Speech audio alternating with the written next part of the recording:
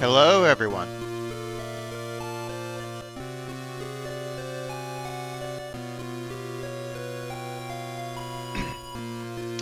Today I am going to be doing a scored review for Bloodstained Curse of the Moon 2. Now, this game was developed by Inta Creates and published by Inta Creates. Now, I've also covered the first game in my channel with a complete walkthrough. This one took me far longer than I thought it would, because I forgot how much more content there was in this game compared to the first. And I also covered the later added expansion boss rush, but I did not cover anything under the legendary difficulty because I'm sorry, I'm not like y'all. I'm not a masochist. I do not like getting myself beat over the head all the time by a game.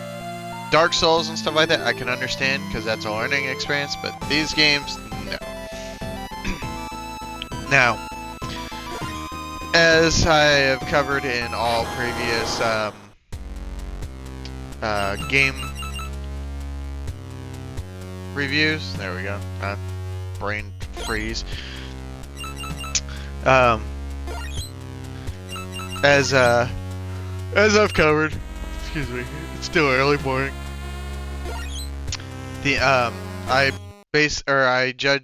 I score a game based on 5 categories, which is the story, the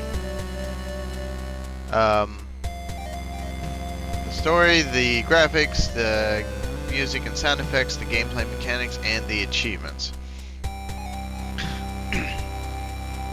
Now for this one, I'm going to start with the story, as I always do.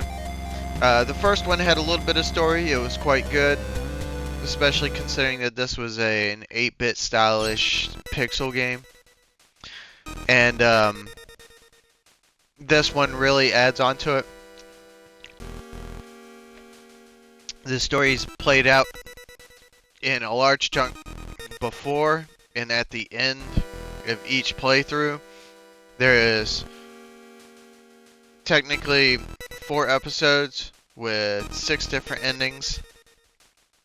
There is the first playthrough, or episode 1, which its ending goes into episode 2, which has 2 endings depending on whether or not you completely build the Zanmato.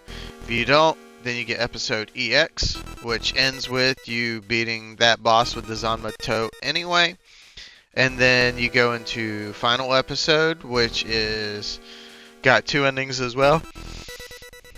One is for completing the game normally, which is recruiting everybody and getting all the parts, and then completing the game. And then there's one for completing the one mission that doesn't have a recruitable character, and then go straight into the final battle.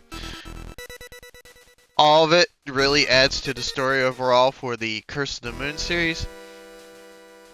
I know it said that the 2 series, this and the Ritual and Night series, aren't canon together. My personal opinion is, since in the first one it explains that when the Curse of the Moon takes hold, it allows you to go back and replay time. And at the end of this one it says the curse is broke. So my guess, and I know it's not canon, just my whole opinion here, is that after you finish it, the curse breaks, and then you go back to before the first game, and then that's when the Ritual and Night series takes place. Just all speculation. It's got nothing to do with what actually happens in these games. But that's how I think those 2 fit together. So overall, the story's very well done. They got a person who really knew how to handle this story. I'm glad that they did a great second game to this. Now for the graphics, in considering that it's not really a lot added to this game, like graphical difference, they did add a lot of content worth of new things for you to see, which I think was really well done. And the fact that they kept handling the game as just like a branch off of the first one, so it still looks great if you're into the pixel look. And overall, like, if you like the pixelated look, you'll be okay with this game. especially if you've played the older Castlevania games, which is this was like kind of a spiritual successor of. Now the gameplay and mechanics, this was an interesting one because they did a lot of things in this game that I was not expecting. For instance, well, the one thing I was expecting was when you start episode 1, it plays just like the first one, so you don't really think a whole lot of it. Just different stages, which, I mean, shouldn't surprise anyone who's played a sequel to a game like this. And 3 different characters who all play completely different from the original 3 additional characters. Zangetsu pretty much plays identical to the way he did in the first one, complete with all the power-ups and stuff like that, which I was disappointed that they didn't give him a 4th power-up just to, you know, shake him up a little. And also, just like the first one, you can unlock the Ultimate Zangetsu, which is what I chose, which normally Zangetsu has standard attack, the ball and chain, the Oni power-up, and then the holy water charm kind of thing if you played the older Castlevanias.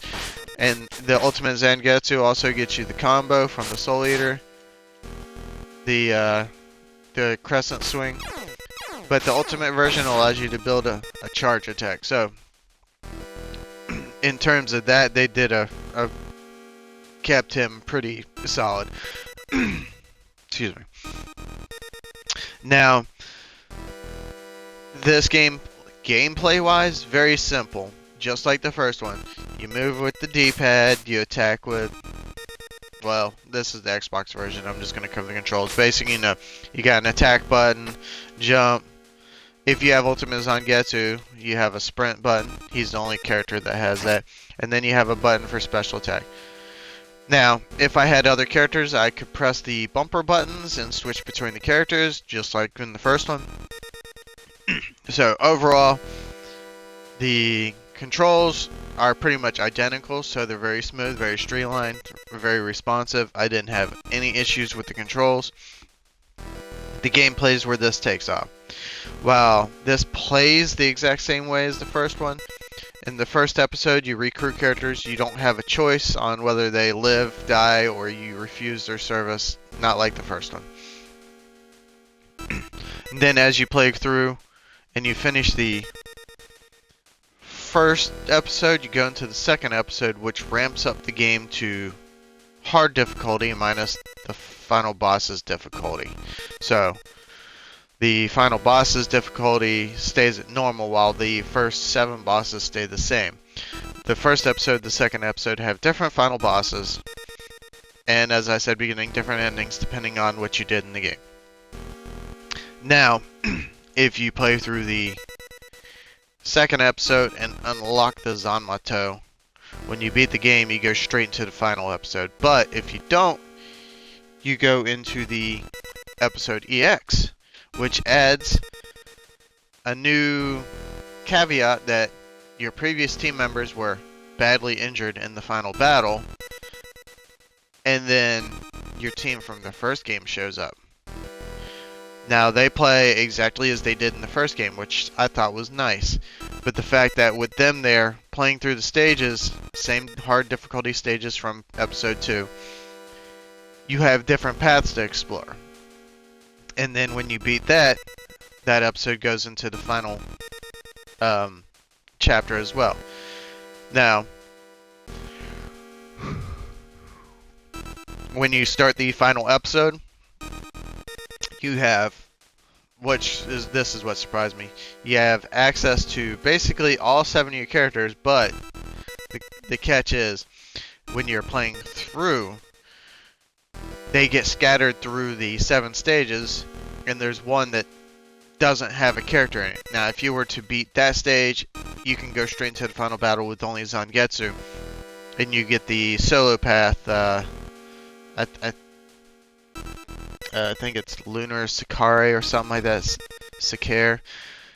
That's one ending where your teammates struggle to catch up with you for the final battle. And then the normal ending, which is the more canon one, is recruiting everybody, you know, finding all the power-ups and stuff like that. But it makes the final stage or yeah, it makes the final battle a lot tougher. So, with that, you also have to play through the stages and actually put in effort to recruit the characters in order to go back and unlock the power-ups, which you normally had all the characters to begin with. In episodes 1, 2, and EX, you were given a set characters and pretty much a guaranteed set path. They're like not much deviation. In the final episode, you start off with just Zangetsu. You can choose any of the first 7 stages and play them in any order. The characters that show up in which stage are random. The character that doesn't, or the stage that shows up that doesn't have a character is random. So you can keep resetting it over and over and over. So there's a lot of replayability, and then after you beat the solo, you'll unlock single player, which allows you to choose one character and play through the whole game. Another great addition. Later on, they added a legend difficulty. I did not touch that, don't want to. They also later on added a boss rush, which was a nice addition because it was in the first one. The first time I played through this game, I did not play through boss rush because I was just going for the achievements. I did cover it in this walkthrough. If you want to visit that video set on my channel, I had to play the veteran difficulty one numerous times in order to beat that to unlock the last of the gameplay mechanic unlocks for the boss rush. But overall, I covered everything you can unlock in the game. Now for the music and sound effects. The first one had great music. This one has great music as well. Really enjoyed it. They did a phenomenal job with the music, and I'm just going to leave it at that. The sound effects, definitely had a little bit of an upgrade, but, you know, not really that noticeable. But for a pixelated game, the sound effects are great as well. And for the achievements and for the achievements, oh yeah, I forgot. You get a double jump as Ultimate Zangetsu, but that was in the first game as well. So for the achievements, most of it was like beat the game on episode 1, beat the game on episode 2 without constructing the Zanmato, complete the second episode with the Zanmato. And there's also one for completing episode 2 without missing a single piece of the Zanmato, meaning don't finish a stage, go back and collect the piece later. Then there's one for final episode, one for EX episode, one for final episode solo. Like, it's all very standard-ish stuff. So overall, I was really impressed with this game. It was fun going back through it again. And I will definitely say, and this is, I don't normally score this high, especially on action platformers like this, but I gotta give this game a 9 out of 10. It is almost a flawless game. I can't quite put my finger on it, but there's like some small piece that's missing that prevents me from giving it a 10, but 9 out of 10, this game had great story, great, good graphics if you like pixelated, great music and sound effects, gameplay and controls. The achievements, while kind of time consuming, I think what it was that's missing for this game is it should have been streamlined a bit more, because I felt like I spent a bit too much time in it, but I mean that's rarely a complaint to have more content. So overall, 9 out of 10. And as I always say with all things gaming, game logic. Am I right? I'll see you guys in the next video.